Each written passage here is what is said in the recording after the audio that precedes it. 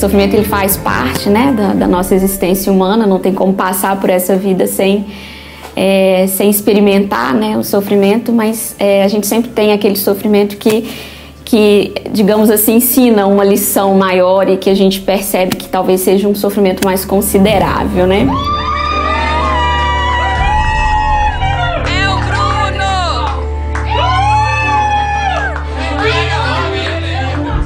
E eu passei sim, sabe, Marcelo, por um sofrimento em 2013, quando o meu irmão, um irmão muito querido, muito amado, poucos anos mais velho que eu, esse meu irmão, então ele passou mal, né, e ele morava sozinho na época, e a minha mãe me ligou pedindo que eu fosse até lá, ele estava com uma febre muito alta e ela preocupada por ele morar sozinho. Então eu fui e trouxe, né, o meu irmão para minha casa, levamos para o médico e o primeiro diagnóstico, a primeira hipótese era uma dengue, estava tendo um surto, né, de dengue aqui na região. E nós ficamos tranquilos, era uma dengue, enfim, ele foi medicado, voltou para casa, mas o quadro foi se complicando e um momento ali, quando eu olhei, ele estava se contorcendo de dor e a gente viu que a situação, né, estava mais séria do que a gente imaginava, levamos ele para o hospital novamente e aí nós descobrimos que ele estava com um quadro de infecção muito grave, a gente não sabia o que estava gerando a infecção e o meu irmão foi submetido a uma cirurgia de urgência, né, e no momento que os médicos fizeram a cirurgia, eles constataram um câncer, né, um câncer de intestino, que já estava num estágio assim muito avançado. E naquele momento, sabe, quando os médicos vieram, né, e conversar com a gente, me dar aquela notícia, o meu chão, né, se abriu, porque o meu irmão, ele tinha 30 e poucos anos, ele estava noivo, ele ia se casar em breve, tinha acabado de se formar na faculdade de engenharia, estava cheio de planos, de sonhos, era um menino com muita vida, sabe, muita alegria, tinha muitos amigos, era aquela pessoa que onde ele estava tinha uma roda de gente em volta e todo mundo rindo, porque ele transmitia muita alegria. Então ele era pura alegria, ele era alegria, digamos assim, né, da nossa família, da nossa casa. Pega, Malu, pega aqui.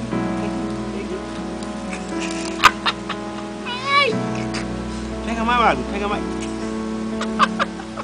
Se eu tiver te E aí quando o médico falou que ele estava com câncer, né? E eu me lembro que o médico usou a palavra sobrevida, né? Ele falou assim que não havia o que ser feito, né? Não tinha o que se fazer, a medicina não tinha o que fazer. Ele iria fazer um tratamento, mas seria um tratamento paliativo que daria para ele uma sobrevida de qualidade. E eu lembro que eu fui pesquisar, né, o significado da palavra sobrevida e aí era um resto de vida, né? O pouquinho de vida que ainda o meu irmão teria. Bom, no momento em que eu recebi, sabe, o diagnóstico, eu experimentei um misto, né, de emoções, um medo muito grande, uma tristeza também, né, profunda ao ouvir ali aquelas palavras e esperança também, porque apesar de estar ouvindo aquilo ali, eu tinha muita esperança, né, de que Deus iria intervir, de que um milagre iria acontecer, de que o meu irmão iria ser curado. Então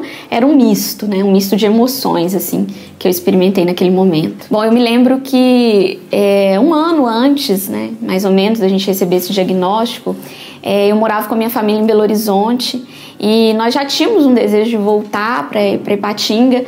Meu marido já trabalhava numa empresa que tinha já naquela época a possibilidade de trabalhar em home office, ele já havia solicitado, mas não tivemos resposta.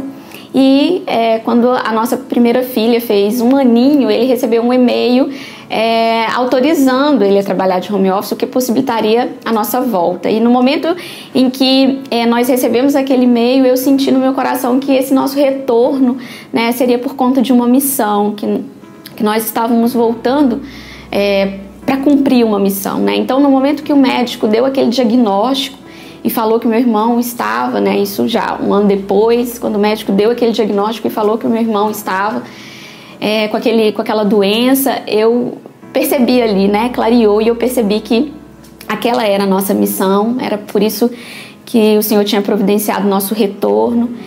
E aí eu assumi os cuidados com meu irmão e trouxe meu irmão para minha casa, até porque os meus pais já idosos não tinham condição de assumir, né, toda aquela dinâmica de cuidar de um paciente oncológico. Então nós trouxemos eu e meu marido trouxemos o meu irmão e começamos ali, né, a cuidar dele. Eu já era formada em psicologia, né, e trabalhava já com sofrimento humano. As pessoas procuram um psicólogo quando estão em estado de sofrimento, mas é diferente, né, quando você está ali auxiliando alguém a dar conta do seu sofrimento e quando você é a protagonista, né, da história e está vivendo o seu próprio sofrimento. Então tem algumas particularidades ali que eu não conhecia, né, a teoria não tinha assim me preparado para viver. E o sentimento de impotência realmente, né, que você citou, talvez seja o maior, né, porque eu via o meu irmão ali morrendo aos poucos e eu não podia fazer muito. O que eu podia fazer, o pouco que eu podia fazer era ser suporte, era ser companhia, era oferecer para ele o meu lar, né, a minha casa, a harmonia que a gente vivia na nossa família. Então, o que eu podia oferecer para o meu irmão era isso. E para mim, né, em algumas situações, eu achava muito pouco, eu achava que não era suficiente. E também algumas questões, né, nós somos humanos, a gente, quando sofre, é inevitável você se perguntar, e acredito também que seja até bom se perguntar para a gente conseguir construir um sentido para o nosso sofrimento. Mas em diversos momentos eu me perguntava, né, o porquê do Bruno, meu irmão se chamava Bruno, por que do Bruno estar vivendo tudo isso, né, no auge ali da vida, da juventude, e ver a vida se acabando, e me perguntava, né, por que também eu e minha família naquela condição, naquela situação. Então essas perguntas sem respostas, né, no primeiro momento, mas que ajudavam ali a construir um sentido para o meu sofrimento, muitas vezes era o que me angustiava, era o que me perturbava.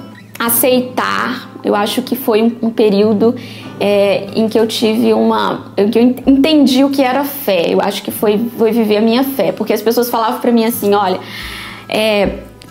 pede a Deus, né, reza, faz novena, faz vigília, vai para o monte, né, que Deus vai curar o seu irmão. E dentro de mim eu entendia que a fé, né, era eu estar ali disposta a viver o que Deus tivesse para eu viver, porque eu sabia que Deus poderia curar, mas Deus também não poderia curar, e eu precisava estar ali disposta a viver o que Deus quisesse, né, que eu vivesse, que o meu irmão vivesse. Então, desenvolver isso, né, foi um processo que foi difícil, que talvez tenha sido a minha maior dificuldade, mas que foi talvez o que me proporcionou uma maturidade de fé que eu não teria conseguido em nenhuma outra situação, sabe, da minha vida. Deus entrou no momento, sabe, que nós começamos a enxergar no meu irmão, isso aí que Santa Faustina fala, enxergar no meu irmão o Cristo. Era difícil, né, a rotina era uma rotina intensa. O meu irmão chegou um momento que ele precisava de alguém com ele 24 horas, né? Ele não conseguia comer sozinho, ir ao banheiro sozinho, enfim, ele não conseguia dar conta de se virar, né, na cama. Às vezes o corpo doía, ele precisava de alguém ali para mover ele na cama. Então era uma rotina pesada, sabe? Dolorosa e que era cansativa, mas que a gente só deu conta, né? Porque a gente começou num certo momento a enxergar no meu irmão ali, né, o próprio Cristo, e foi algo assim real. A gente sentia como o sofrimento, né, nos aproximava do próprio Cristo, nos aproximava de Deus. Então a intimidade que nós vivemos com Deus naquele momento foi algo que nós não experimentamos, né, em nenhum outro momento da nossa vida. Então eu acredito que sim, o momento que Deus entrou foi nesse momento, assim, no momento que, né, os nossos olhos se abriram e nós começamos a enxergar no meu irmão o próprio Cristo, e tudo que nós fazíamos para ele, nós fazíamos com amor, nós fazíamos com disposição, nós fazíamos ali, né, por inteiro, porque a gente enxergava nele nosso Senhor. E eu acredito, sabe, que a gente só deu conta de passar por tudo com leveza, né, porque as pessoas que vinham aqui em casa, elas depois falavam, né, nossa, como que vocês, né, um casal jovem, deram conta, né, de cuidar de um paciente numa fase terminal e assim, com essa leveza, né, por conta, acredito, dessa presença, né, de Deus que a gente percebeu nesse período, e por considerar, né, que Cristo estava realmente com a gente na presença do meu irmão, como diz aí Santa Faustina. Eu acredito que nenhum sofrimento é em vão, sabe? mesmo que seja pequeno, né? Eu acho que mesmo que não seja um sofrimento nessa dimensão toda de uma pessoa em câncer, em fase terminal, mesmo que seja um sofrimento ali pequeno, né? Às vezes os sofrimentos dos nossos cotidianos, do nosso dia a dia, nenhum sofrimento é em vão, sabe? Mas o que eu penso também é que a gente precisa saber sofrer, né? Eu acho que talvez ele se torne um sofrimento vão se a gente não colocar nele um sentido, não der para ele um significado. Eu costumo dizer que todo sofrimento ele traz uma dor e uma lição, né? Ele vai trazer uma dor e uma lição. Se a gente foca ali na lição, o sofrimento ele vale a pena, né? Ele nos transforma. Eu acredito que o sofrimento ele nos traz maturidade, ele nos enobrece.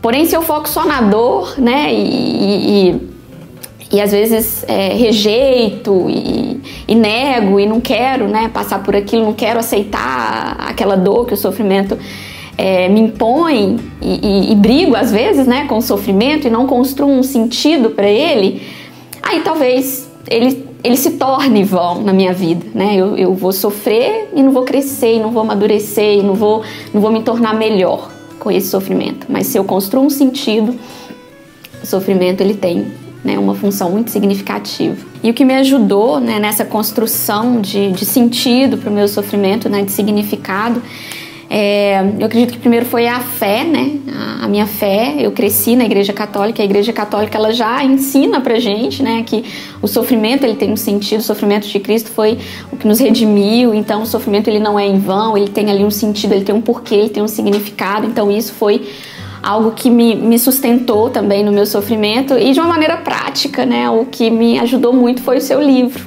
né? O Sentido Salvífico do Sofrimento Humano. Quero até te agradecer por essa obra, porque foi algo assim que me alimentou, sabe? Durante esse período de sofrimento. Era um livro que eu lia em doses, eu costumo brincar, né? Em doses homeopáticas. Cada dia um pouquinho, eu lia sem pressa. Cada dia lia uma página, né? E naquele dia o que eu lia sempre tinha algo, uma fala de um santo, uma frase, às vezes sua, né? Ou às vezes uma citação, algo que me ajudava nessa construção de sentido e que eu via que eu ia conseguir passar por aquilo, né? Que vivendo aquela experiência, né, com amor, com misericórdia, com fé, que tudo ia ficar bem e que aquilo ali teria frutos, né, na minha vida, enfim. Então, foi através disso, da fé, do seu livro, da Eucaristia, né, das conversas com os sacerdotes, né, as infinitas orientações. Então, foram os recursos, sabe, que eu utilizei para a construção de sentido, de significado para aquele momento, para aquele sofrimento que minha família estávamos passando e que foi o que nos ajudou, sabe, a nos manter de pé, né, e a suportar todo o peso daquela fase. Bom, eu vou dizer, né, o que eu digo para os meus pacientes e o que eu dizia para mim também, né? Primeiro, o sofrimento ele faz parte da existência humana, não tem como você nascer, né, e morrer sem passar por nenhum sofrimento. Então, todas as pessoas ou passaram, ou estão passando, ou vão passar por um sofrimento, né? E eu falo muito assim que o sofrimento ele é próprio, né? Ele é aquele que é seu. Então não adianta você negar, não adianta você querer fugir. Então o primeiro ponto, aceita, né? Se é uma situação que te foi imposta, uma doença, enfim, não sei, né, qual situação, aceita essa situação, né? Porque você tá ali é porque você tem que passar por ela. Então a aceitação eu acho que é o primeiro ponto. Segundo ponto, a paciência, né? Quando a gente sofre, a gente tem a sensação de que aquilo não acaba nunca, né? De que a nossa vida é só isso, é só sofrimento, mas passa. Todo sofrimento passa, né? Todo sofrimento ele vem, faz a transformação necessária e ele acaba, e ele vai embora. Então, paciência, que o seu sofrimento vai passar. Busque o recurso da fé, né? Busque Deus. Para quem tem o recurso da fé, sabe, o sofrimento ele é vivido com mais leveza, como eu disse, a fé ela dá esse sentido, esse significado, isso te ajuda a suportar melhor. Não subestime a sua capacidade de lidar com o sofrimento, de lidar com a dor. Você é capaz, você tem potencialidades, você tem capacidades, né? Às vezes nós subestimamos a nossa capacidade de lidar com a dor e superestimamos a dor. A sua dor ela não é a maior do mundo, né? Eu costumava dizer pra mim assim, tem pessoas que dizem, por que comigo? E quando eu caía nessa pergunta, por que comigo? Porque eu tô viva, né? Eu não sou diferente, eu não sou melhor do que ninguém, todo mundo sofre, eu também sofro. Bom, então, primeiro ponto, né? Aceitar. Segundo ponto, a paciência. Terceiro, buscar o recurso da fé, que vai te ajudar nessa construção de sentido. Não subestimar a sua capacidade de lidar com os problemas e não, talvez, superestimar, né, o seu problema, a sua dor, porque todas as pessoas sofrem, acredite, tem aqueles que sofrem mais que você. E pensar sempre, né, que é depois do sofrimento que você vai olhar e vai perceber a lição, vai ver como você evoluiu, vai ver como você amadureceu, né? É sempre depois da tempestade que o sol brilha, né? O sofrimento, ele precede a ressurreição, foi assim com Cristo e vai ser assim com você, né? Foi assim comigo. Depois que a gente passa por um sofrimento assim muito considerável e nós amadurecemos, né, na nossa fé, nós paramos de dar importância para tantas banalidades, para tantas futilidades que às vezes antes tiravam a nossa paz. Então, às vezes a gente vive uma vida onde um probleminha pequeno, né, nos abala o nosso humor, gera em nós tantos sentimentos ali ruins, desagradáveis. Depois que passa a tempestade, o sol sempre brilha, né, como eu disse.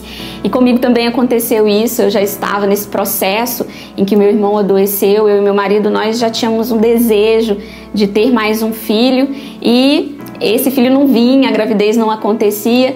Depois que tudo acabou, né, o meu irmão infelizmente faleceu no dia 13 de maio. Nós sempre entregávamos ele à Nossa Senhora, pedíamos Nossa Senhora para cuidar, né, para carregá-lo no colo dela. E vimos o cuidado de Deus até nisso, né? Foi no dia 13 de maio que o meu irmão faleceu. E depois desse período, nós começamos a experimentar uma grande paz, né, na nossa casa. E a chegada da Alice, né? Veio a nossa segunda filha. Então, o sol voltou a brilhar e foi uma grande festa, né? Onde teve ali a morte, a perda, né? Deus fez nascer uma nova vida. Chegou uma criança, encheu a nossa casa de alegria, encheu a nossa casa de amor.